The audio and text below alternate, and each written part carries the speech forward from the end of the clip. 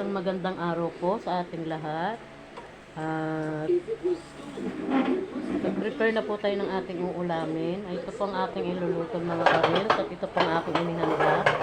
Meron po tayo ditong chicken.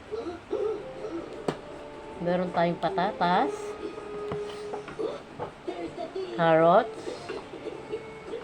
at meron din po tayo ditong bell pepper. Ito po ang ating bawang at sibuyas. Siyempre po ang ating pampalasa.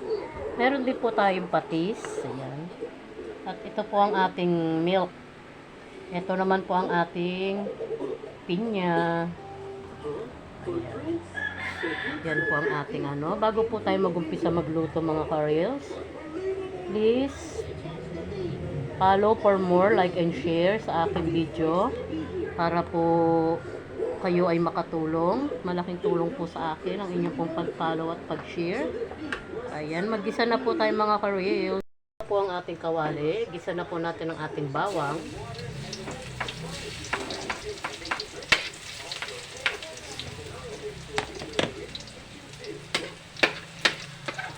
Sunod na natin ang ating sibuyas.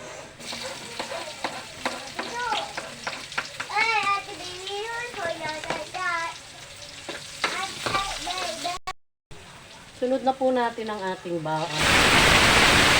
Ang ating chicken, isa po natin siya ng kaunti. Hanggang sa medyo mag-brown po.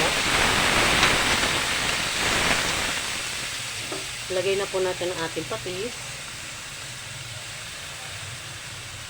Isa po natin sa patis ang ating manok.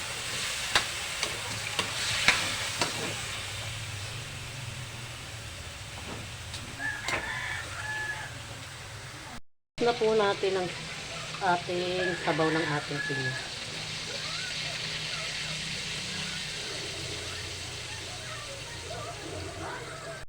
Pwede na po natin ilagay ang ating patatas.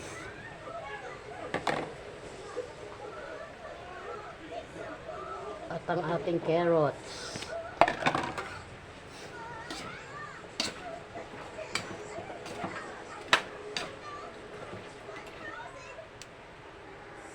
Lagay na rin po natin ang ating bell pepper.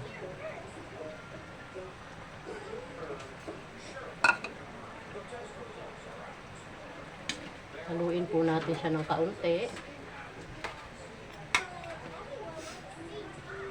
Hayaan po natin lumambot. Lagay na po natin ang ating pinya.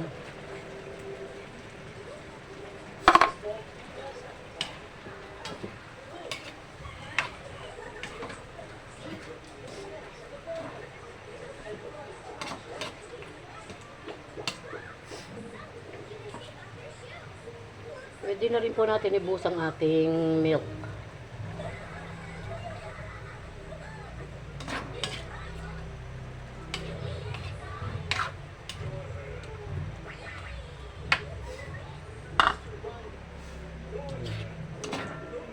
Pakuluin po muna natin siya. Hayaan po natin mas lumambot ang ating mga gulay.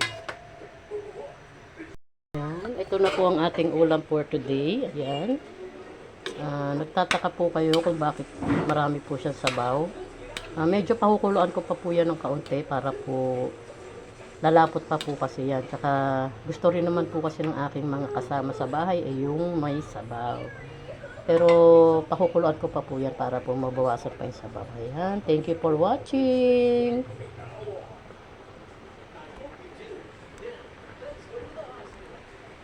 Bye-bye. May God bless you always.